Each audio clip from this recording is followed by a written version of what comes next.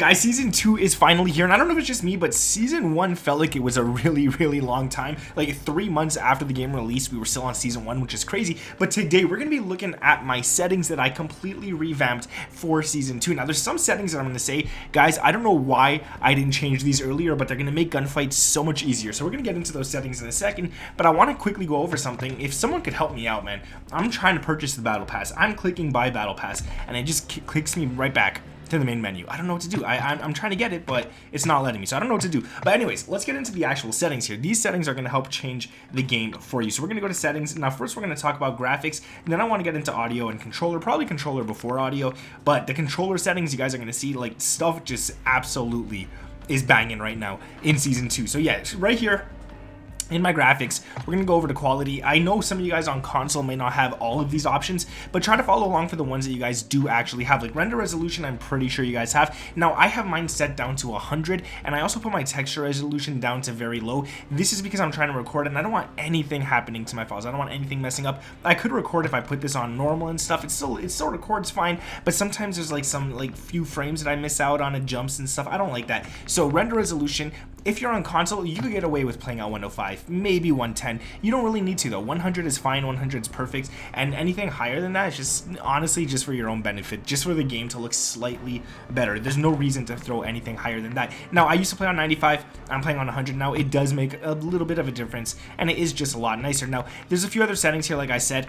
Some of them you guys may have, some of them you guys may not, so I'm not going to go too much into detail for all of these. I'll just go over them quickly, and if you guys want, you could go ahead and pause and kind of just copy what I have going on here. So that's pretty much it. Just because I know a lot of us on different systems and different graphics cards in your PCs might have different settings as well. Right here, field of view, I recommend 105, all right? I really recommend 105. Now the reason I recommend this is because it makes gunfights a lot easier and stuff and whatnot. It just makes seeing the enemies pretty easy. If you set it all the way to 120, the enemies that are in really long distance are going to feel very small. They're going to be very hard to see and stuff. 105 is just kind of perfect in my opinion. It's just you could see enough of the side of your screens and still see the enemies at long range. So I feel like 105 is great. If you like 100, play on 100 as well. I just like 105. Now here's one that I definitely changed. I used to play on affected, okay? I want to show you guys something here. We're gonna go into the firing range quickly, and I just want to show you one thing and kind of explain why I'm changing this. So let's get into the firing range. This is affected, okay? So when you're shooting at close range,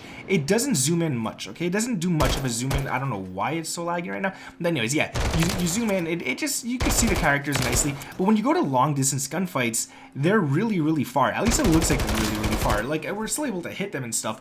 Why not? But they just feel really far, and the further they look and the smaller they look, the harder of a target they are to actually hit. But then if we go back into the settings here, guys, and we set it to, where is it now? I think it's here. Or is it in graphics? It must be in graphics. There we go. Yeah. So we set it back to independent, and I just want to show you guys, like, it's gonna take some time to get used to, at least for myself, because I used to play on affected all the time. But once you actually zoom in, it actually zooms the characters in as well now. So I kind of like this. It's gonna take a little bit of getting used to, but that person at a long distance isn't gonna feel that far anymore. Yeah. Once you actually zoom into them, they're gonna come a lot closer to your screen, and they're gonna be a lot easier to keep track of. So it's gonna take a little bit of time to get used to that, at least for me, because I always played on affected, but I'll get used to it, guys.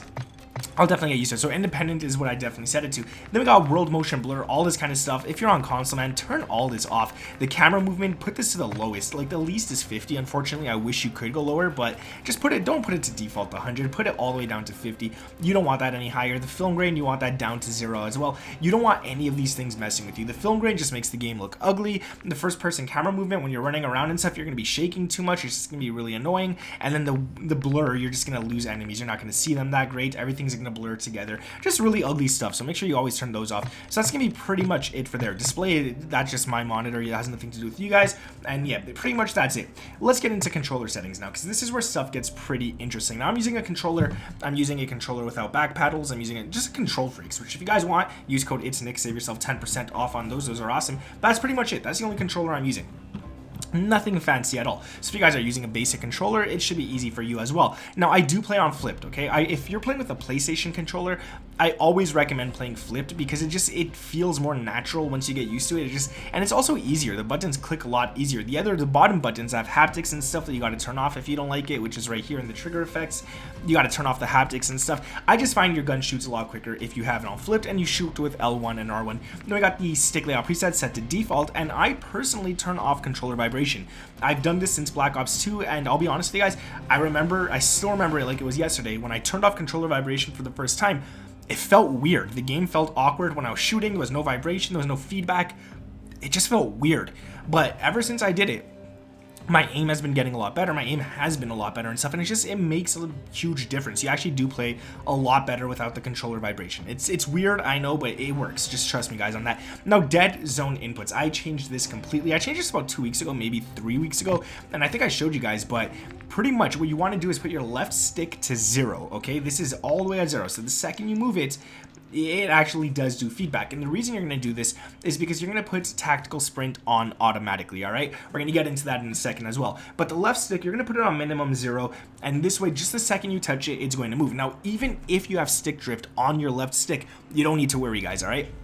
If you have stick drift on your left stick, rotational aim assist is going to come into effect. So even if you're barely touching on the stick and the stick drift is doing its thing while you're aiming down sights at an enemy, rotational aim assist, which is really strong, is going to glue onto that enemy and kill them. So even if you have stick drift, it's no problem. Now the left stick max, I would set it to 60. You don't want to have to push this all the way up or anything like that. You want to just push it like halfway, a little more than halfway, and it'll do the job. Now the right stick, I recommend 5 for minimum, and for the max 100. The reason I put 5 for minimum is because you want your accuracy to be as accurate as possible. And if you have it to 0, any micro movement you do will adjust your aim and stuff. If you set it to 5, at least this way you can be a lot more accurate in gunfights. It's just honestly my personal preference. If you guys like to set this lower, do what you got to do. If you have major stick drift and you have to set it all the way up to like 20 or something, go ahead and do it, because right stick drift is something you don't want. Left stick drift, it doesn't matter if you have that.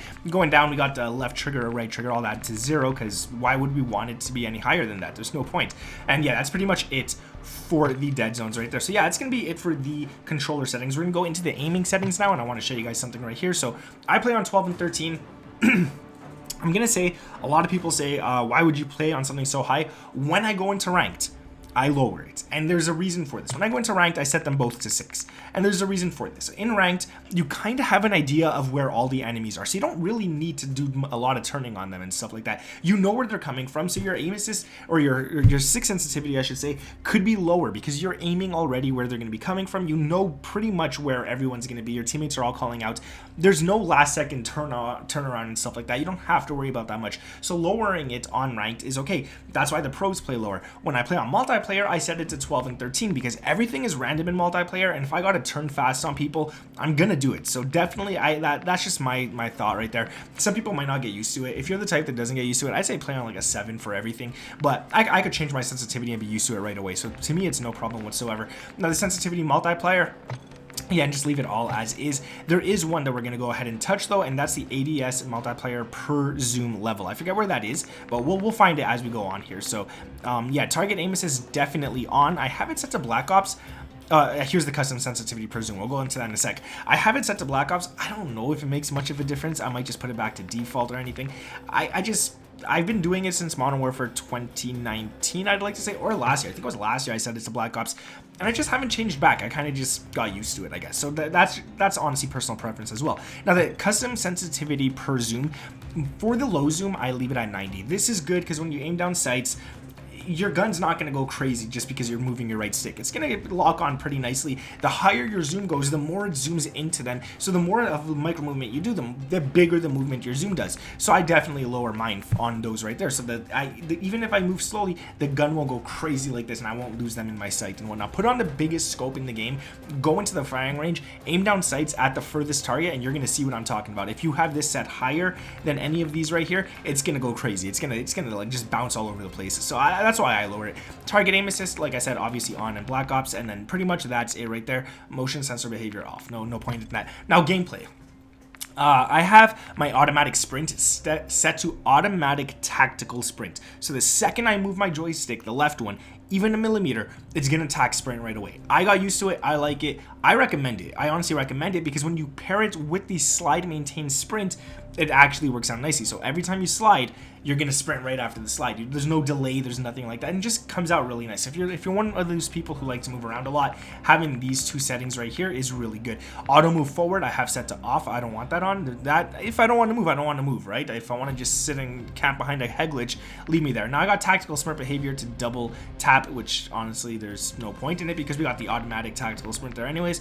Grounded mantle on, automatic airborne mantle off. This is when you jump in the air. You don't want to mantle anything accidentally and stuff. You want to turn that off. So many times I've gotten into a gunfight when this was on, and I've been shooting at someone and then my character just mantles because I jumped. I don't like that at all. So I definitely turned that off. Tap to slide.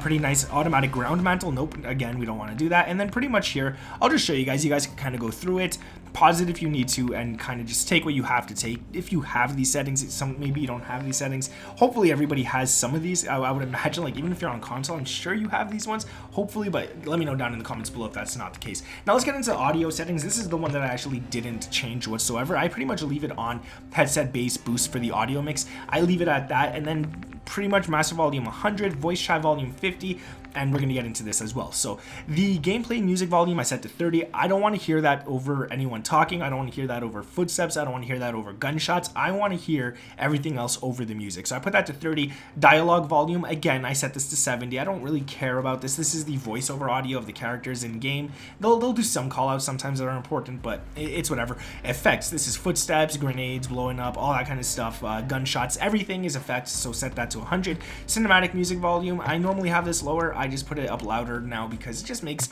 the game feel a little better for videos and stuff. So that's why I do it. And then word tracks volume 100, voice chat volume 50, because some people breathe in their mics so loud, or they got their fire alarms going off and stuff, and it's like, dude, just shush. So I put this to 50. I don't care about that. Voice chat on, all that kind of stuff, and then obviously I have it set to push to talk right now, so if anybody does join me, they can't hear me talking. And that's pretty much it for the audio settings. If you guys did enjoy it, make sure to drop a like if I helped you at all with any settings that you had no idea what they were for. Again, I would appreciate that like and a sub with those noties turned on. Let me know down in the comments below how is Season 2 treating you guys so far. Thank you guys for watching. My name is Nick, and I'll catch you in the next one. Peace.